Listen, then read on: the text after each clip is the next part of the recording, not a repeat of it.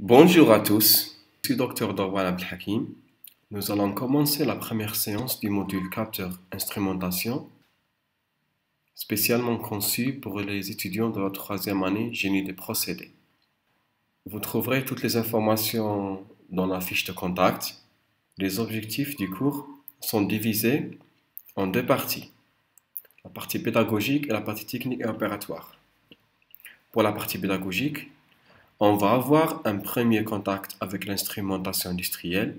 On va acquérir les notions fondamentales sur les capteurs et leur utilisation dans l'instrumentation. Et nous allons découvrir les principales techniques de mesure de grandeur fondamentale. La deuxième partie des objectifs. À l'issue de ce cours, l'étudiant sera capable d'effectuer des réglages simples sur des instruments de mesure, ainsi d'utiliser certains capteurs pour la détermination des grandeurs physiques telles que la chaleur, la pression, le débit et le niveau. Afin de bénéficier le maximum de ce cours, il faut avoir les notions de base sur la thermodynamique, la mécanique des fluides et le phénomène de transfert. Ce module est divisé en 6 chapitres. Chapitre 1, principe de mesure. Chapitre 2, mesure des pressions. Chapitre 3, mesure des débits. Chapitre 4, mesure de niveau. Chapitre 5, mesure de température. Et dernièrement, des notions sur les capteurs. Donc, on va commencer par le chapitre 1. Là, on est dans l'interface Moodle.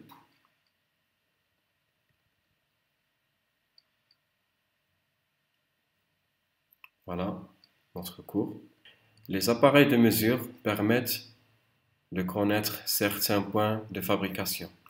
Ils donnent la possibilité d'agir sur le processus de fabrication de manière à obtenir la qualité et la quantité de produits finis conformément à certaines spécifications dans les meilleures conditions de sécurité et de rendement avec un prix de revient minimum. Pour cela, les appareils donnent une information permettant d'effectuer des contrôles. En partant de ces contrôles, on agira sur le procédé pour obtenir la qualité et la quantité escomptées. On obtiendra des bilans et des rendements permettant de calculer et de corriger le prix de revient et de la rentabilité du procédé. Dans certains cas, on utilise des appareils de mesure pour agir sur des servomécanismes, corrigeant automatiquement la marge du procédé de fabrication en fonction de certains critères établis à l'avance. Ces dispositifs automatiques portent le nom général de régulation automatique. Ces mécanismes font l'objet d'études particulières. Nous nous contentons de traiter ici seulement du domaine particulier des mesures. Donc, qu'est-ce que la mesure? On entend par la mesure l'expression d'une grandeur quelconque. Elle s'exprime généralement par un nombre suivi d'un symbole. Le nombre donne la valeur de la grandeur mesurée.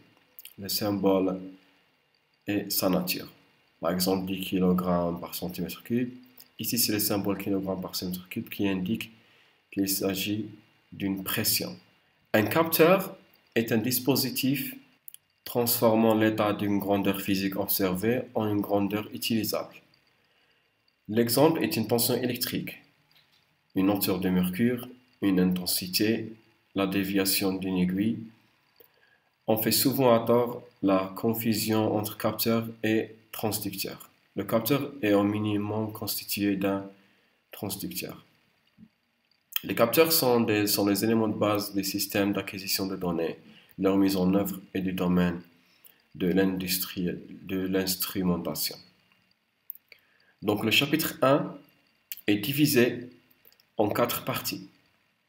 On va parler d'un principe de mesure, fonction d'un appareil de mesure ou de contrôle, constitution globale d'un appareil de mesure, qualité d'un appareil de mesure, performance d'une chaîne de mesure, et on a des exercices. Un appareil de mesure, on dit aussi un appareil de contrôle, peut être basé sur plusieurs méthodes. Les méthodes sont directes, indirectes et d'opposition. Vous avez l'explication ici. Cette galerie présente les différents appareils de mesure.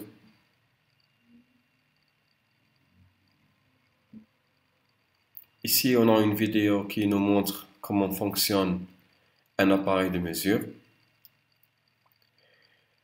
Donc, l'appareil de mesure peut remplir une ou plusieurs fonctions qui sont indication, enregistrement, intégration, signalisation et régulation. L'appareil de mesure est constitué en trois éléments principaux. On a l'élément primaire, élément secondaire et élément final. L'élément primaire, c'est l'élément sensible capable de recueillir une énergie au sein de la variable à mesurer.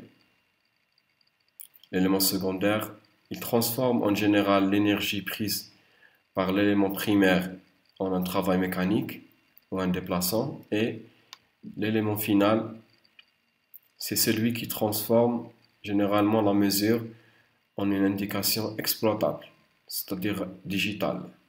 On peut aussi parler de la grille d'observation qu'on est utilisé et comment on est utilisé.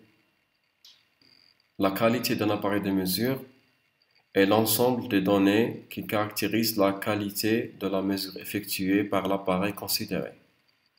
Elle est divisée en trois parties: la précision, la fidélité et la sensibilité.